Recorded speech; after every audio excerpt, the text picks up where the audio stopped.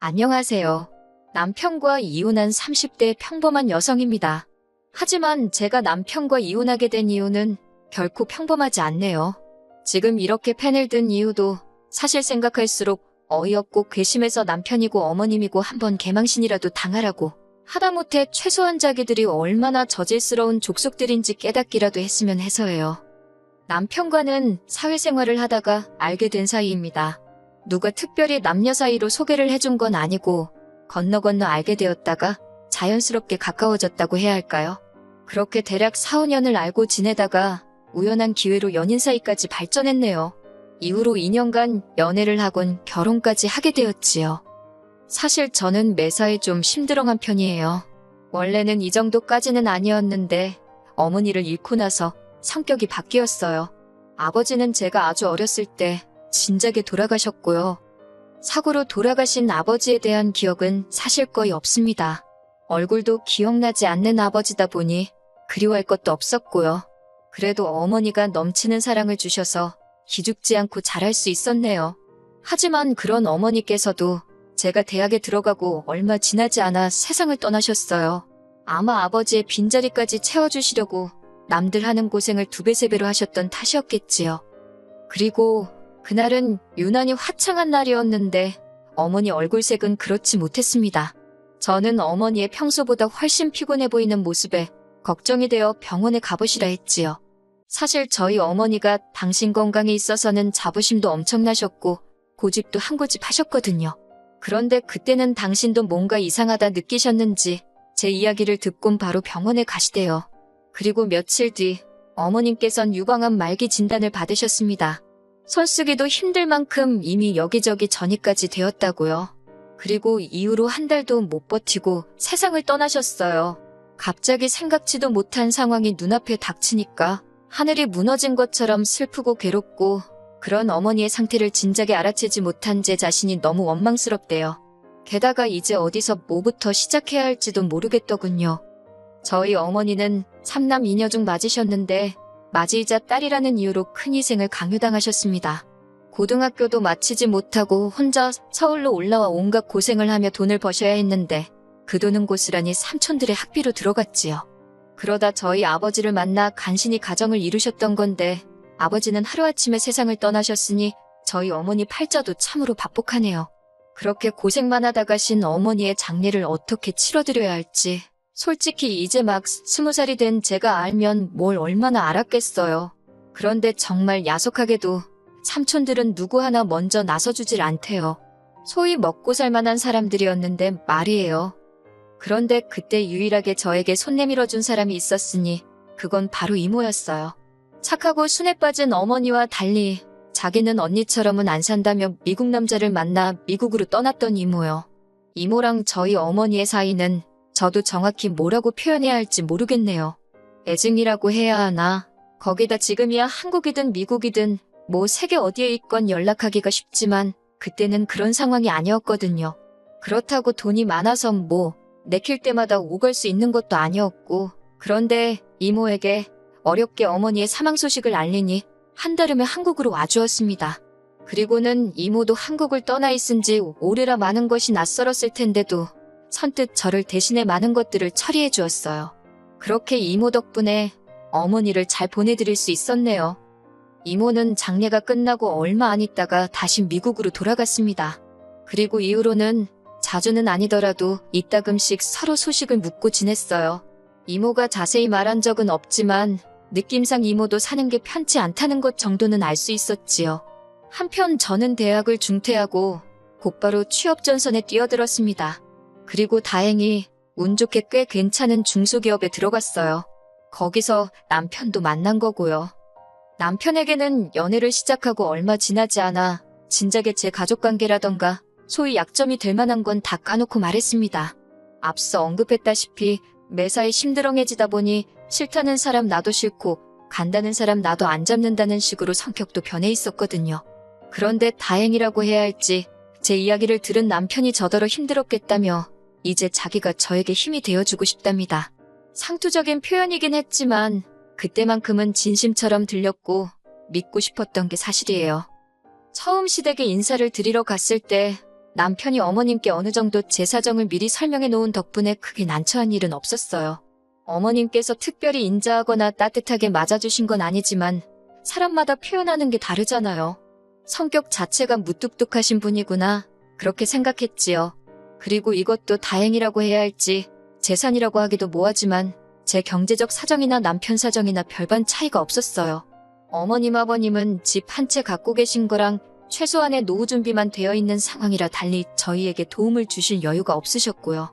그래서 자의반타의반으로 반반 결혼을 하게 되었는데 솔직히 이 정도면 제가 많이 처지는 결혼이란 생각이 들진 않았지요. 그런데 이것도 지금에서야 돌이켜 생각해보니 제 착각이었던 모양입니다. 그 일이 있기 전까지 짧다면 짧고 길다면 길었던 제 결혼 생활을 돌이켜보자면 솔직히 녹록지만은 않았어요. 나중에 애라도 태어나면 어머님이 봐주신다 하시니 그렇다고 제가 달리 맡길 친정이 있는 것도 아니고 시댁 근처에 집을 얻으라는데 싫다 할 만한 명분이 없었습니다. 어차피 신혼은 1년만 즐기고 아이를 가질 계획이기도 했으니 좋은 게 좋은 거다 생각하고 시댁 근처에 신혼집을 구했지요. 그런데 이후로 어머님께선 걸핏하면 아버님과 다투셨다던가 당신 집은 물건이 많아서 답답하다는 핑계를 대시며 저희 집을 찾아오셨어요. 뿐만 아니라 걸핏하면 이거 필요하다 저기 가고 싶다 하시며 돈을 말 그대로 뜯어가시기 일쑤였습니다. 여러 가지로 스트레스를 받다 보니 임신은 당연히 되지 않았고요. 결국 견디다 못한 제가 남편에게 도움을 요청해보기도 했지만 별 소용은 없었지요. 한편 결혼식을 마지막으로 이모와는 한동안 만나지 못한 채 계속해서 연락만 주고받고 있었어요. 다만 이모가 신경 쓸까 걱정되기도 하고 잘 지내는 모습만 보여주고 싶어서 시댁 근처에 살면서 받는 스트레스라던가 남편의 무신경함 같은 이야기는 꺼내지 않았네요. 그러다 지난해 봄 이모의 건강이 매우 나빠졌다는 사실을 알게 되었습니다. 처음으로 이모 입에서 한국에서 좀 쉬고 싶다는 이야기가 나왔거든요. 돌아가신 친정어머니처럼 이모도 당신 건강에 관해서는 당당하시고 고집센 분이셨기에 이모에 쉬고 싶다는 말이 예사롭게 들리지 않대요. 그리고 불길한 예감은 빗나가지 않았습니다. 한국으로 들어온 이모의 건강 상태는 말도 못하게 악화되어 있었어요. 의사 말이 먹는 것도 꽤나 부실했던 것 같다며 간신히 영양실조만 면한 상태라나요. 저는 그런 이모를 저희 집으로 모셨습니다. 저를 좋게 봐준 상사 덕분에 대부분의 업무도 집에서 처리할 수 있게 되었고요. 그리고 어떻게 들릴지 모르겠지만 이 모든 결정을 내리는 데 있어서 남편과는 상의하지 않았습니다. 어차피 남편에게 이야기하면 어머님 귀에 들어갈 게 뻔했고 그렇다면 보나마나 좋은 소리는 못 들을 테니 일단 저질러 보자는 생각이었지요. 그리고 아니나 다를까 이모가 저희 집에 오기가 무섭게 어머님으로부터 불호령이 떨어졌어요. 어머님께선 저더러 이게 네 집이냐고 왜 네 마음대로 하느냐고 당신 아들이 헛수아비로 보이냐면서 당장 이모를 내보내라대요. 그 말을 듣는데 순간 울분이 치솟아서 그럼 뭐 저는 어머님 눈에 허수아비라서 그렇게 시도 때도 없이 드나드신 건가요? 열받은 저도 지지 않고 반반 결혼했으니 저한테도 절반의 권한이 있다. 어머님은 언제 저한테 물어보시고 저희 집 드나드셨냐고 따졌습니다. 그때 처음으로 어머님께 할 말은 했던 것 같아요. 아픈 이모긴 했어도 내 가족이 와있다 생각하니 솔직히 기가 좀 사른 것도 있었지요. 어머님도 처음 보는 제 모습에 당황하셨는지 화가 한풀 꺾인 눈치였네요. 그렇다고 뭐 구박을 그만두신 건 아닙니다. 이후로도 피둥피둥 살이 오른 제 남편을 앞에 보면서 제가 이모한테 신경 쓰느라 남편한테 소홀해서 얼굴이 반쪽이 됐다는 소리를 아무렇지 않게 하시는 분이셨거든요. 한편 그렇게 이모와 함께 산지 석 달이 좀 지났을 때였어요. 이모가 저한테 할 말이 있다는데 정말 얼굴이 하얗게 질려서는 말도 못하게 상태가 안 좋더라고요. 119에 연락을 하고 5분인지 10분인지 짧았지만 저에겐 연것 같던 시간을 기다리는데 이모가 저더러 혹시 당신이 잘못되면 당신 여행 가방에 노란 주머니가 있다고 꼭 저더러 그걸 챙기랍니다. 저는 그런 이모가 너무 야속해서 왜 그런 소리를 하느냐고 성질을 냈지요. 이모는 바로 중환자실로 옮겨졌고 의사 말로는 전반적으로 다 안 좋아서 어디부터 손을 써야 할지도 모르겠답니다. 마음의 준비를 하라는 의사의 말에 심장이 터질 것 같더라고요. 그래도 이제는 더 이상 20살에 아무것도 모르던 울보가 아니었으니 굳게 마음을 먹고 어떻게 이모를 잘 보내드릴 수 있을지 하나씩 준비를 시작했습니다. 그렇게 이모가 중환자실에 들어가 있은 지 일주일쯤 되던 날이었어요. 이때 저는 거의 집에는 들리지 않고 병원에서 숙식을 해결하는 정도였는데 이게 당연히 저희 어머님 눈에는 곱게 보일 리가 없었겠지요. 하지만 저도 할 말은 있습니다.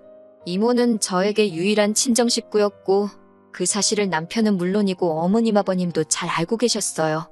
그런데 셋 중 그 누구도 이모님 건강이 어떤지 상태는 호전되고 있는지 묻는 사람이 없었거든요. 그러니 저라고 그 와중에 집안일이며 살림이 뭐 신경 쓰이기나 했겠어요? 어머님 기분도 제 알 바가 아니었고요. 정말이지 그때 저 결혼 생활에 엄청난 회의감을 느끼고 있었네요. 그런 와중에 찾아오신 어머님은 서운하게 듣지 말라며 저한테 따끔하게 할 말이 있답니다. 그래놓고 하신다는 소리가 이모 장례는 어떻게 할 거냐고 그래요. 그래서 저는 뭐 숨기고 말고 할 것도 없이 솔직히 말했습니다. 남들보다 더 좋게는 못 해드리더라도 남들 하는 만큼은 해서 보내드릴 생각이라고요. 그랬더니 어머님이 그게 돈이 얼마가 드는 줄 알고 하는 소리냐입니다. 순간 제 귀를 의심했어요. 이 와중에 돈이라니 무슨 말씀이 하고 싶은 건가 싶어서요. 그리고 어머님은 계속해서 말을 이어가셨습니다. 저희 이모 장례식 치러주면 뭐 올 사람이나 있냐입니다. 와서 부의금 낼 사람이 몇이나 되냐고요. 장례는 원래 들어오는 부의금으로 치르는 건데 올 사람도 없는데 어쩌려고 그러냐면서 그러면서 하는 말이 그냥 화장이나 하고 간단하게 정리하랍니다. 사람이라면 저런 소리를 저렇게 거리낌 없이 할 수가 있나? 그 생각에 소름이 끼치더군요. 결국 제가 어머님더러 그딴 소리나 하실 거면 기분 나쁘니까 병원에 오지 마시라 했습니다. 부의금이고 나발이고 전 신경 안 쓴다고 제 돈으로 하면 된다고요. 그랬더니 어머님께서 부부 사이에 네 돈 내 돈이 어딨냐며 저더러 웃긴답니다. 제가 벌었어도 공동재산이니까 그렇게 마음대로 쓰면 안 된다나요. 참다 못한 제가 그럼 어머님이 그간 뜯어가신 돈이나 돌려달라고 그리고 어머님은 엄밀히 제3자시지 않냐고 그러니 그 공동재산을 이렇게 쓰던 저렇게 쓰던 신경 끄시라 했습니다. 그리고 결국 며칠 뒤 이모는 세상을 떠났어요. 어머님 아버님은 제 행동과 언행이 괘씸했다는 이유로 장례식에 오지 않으셨지요. 남편 또한 자기가 저희 이모 장례식에 참석하면 어머님과 제 사이가 더 나빠질 거라는 말도 안 되는 핑계를 대며 얼굴만 비추고 갔고요. 이모가 이 꼴을 보면 무슨 생각을 할까? 착잡하기도 하고 분하기도 하고 여러 가지로 복잡한 심정이었네요. 그렇게 이모를 보내주고 저는 남편과 정말 크게 다퉜습니다. 남편이 먼저 저더러 장례식 비용으로 얼마나 썼냐길래 네 돈 달라고 안 하니까 묻지 말라 했거든요. 그런데 남편은 저더러 말을 그따위로 하냐며 시비를 걸었고 저는 저대로 어머님이 돈 가지고 한 소리가 있었으니 남편 질문 자체가 잘못된 거라고 응수했어요. 그러다 제가 1,000만 원 넘게 들었다 하니 남편이 저더러 미쳤답니다. 절 낳아주고 키워준 사람도 아닌데 돈이 썩어나냐고요. 그래서 내가 제일 힘든 순간에 옆에 있어준 사람이라고 그러니 난 하나도 아깝지 않다 했지요.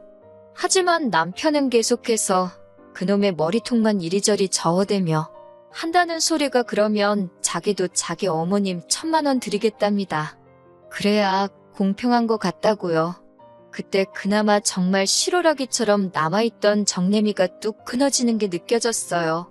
경제학과 나왔다더니 뭘 처배운 건가? 별 생각이 다 들었지요. 그리고 순간 제 입에서 이혼하잔 소리가 튀어나갔습니다. 그런데 막상 뵙고 나니 아차 싶기보단 그래 진짜 이혼해야겠다. 오히려 확신이 들대요. 남편도 저더러 진심이냐 한번 묻더니 그러잡니다. 그래놓고 한다는 소리가 이모한테 이러면 다음에는 또 누가 어디서 튀어나올지 아냐면서 자기도 이번 일로 저한테 실망을 많이 했대요. 결혼을 했으면 이제 저는 이 집 사람인데 고작 이모 때문에 어떻게 시어머니인 자기 어머니한테 막말을 할 수가 있냐면서. 결론부터 이야기하자면 결국 그 일을 계기로 이혼하게 됐습니다. 막상 두 사람 다 이혼을 원하니까 나라에서 기다리라는 그 시간이 안 가서 죽을 맛이었지. 달리 해야 할 일도 어려운 일도 없더라고요. 장례를 치르고 얼마 되지 않아 이혼까지 하고 나니 솔직히 제정신으로 버티기가 힘들었어요. 그래도 주변 친구들과 지인들의 도움으로 조금씩 극복해내고 있었지요. 그러다 지난달에 미루고 미루던 이모의 유품 정리를 했어요. 그리고 거기서 이모가 말했던 노란색 주머니를 발견하곤 저는 정말 기절하는 줄 알았습니다. 그 안에는 샛노란 금덩어리가 여러 개 들어있었거든요.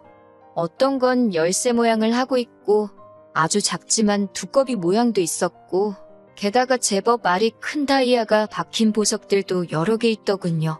하지만 그것들 사이로 더 눈에 띄는 것이 있었으니 그건 바로 이모의 글씨체가 적힌 메모 한 장이었습니다. 이모는 진작부터 가까이서 저를 보살펴주지 못해서 미안하다며 그런데도 이렇게 제가 당신을 챙겨줘서 고마울 뿐이라 했습니다. 그리고 덧붙이기를 얼마 되지 않겠지만 이모가 알뜰살뜰 모은 재산이라고 언젠가 저에게 도움이 되면 좋겠다는 사실 더 구구절절한데 그러면 제 사연을 못 끝낼 것 같네요. 에휴. 아무튼 금은방에 가서 물어보니 금은방 주인분도 꽤나 놀란 표정으로 금만 내도 몇 천만 원치는 될 거랍니다. 이모가 남긴 것들은 팔지 않을 거예요. 사실 친정어머니는 그 흔한 귀걸이 한쪽도 남기고 가신 게 없어서 그게 저에겐 늘 한이었거든요. 그래서 이모가 남겨준 선물은 저에겐 무엇과도 바꿀 수 없는 의미가 있지요. 살다가 힘든 순간순간 이렇게 나를 생각해주는 사람이 있었다는 그 사실이 그리워질 때 한 번씩 들여다볼까 해요. 그리고 사람이 마음을 곱게 써야 한다는 말이 참으로 맞는 말입니다. 아버님이 얼마 전 중풍으로 쓰러지셨다대요. 중풍 때문에 돌아가시고 그러진 않겠지만 전 왠지 어머님의 업보로 아버님이 벌을 받는 것 같단 생각이 들어서 하긴 부의금 들어올 곳이 많으실 테니 걱정은 없으시겠네요.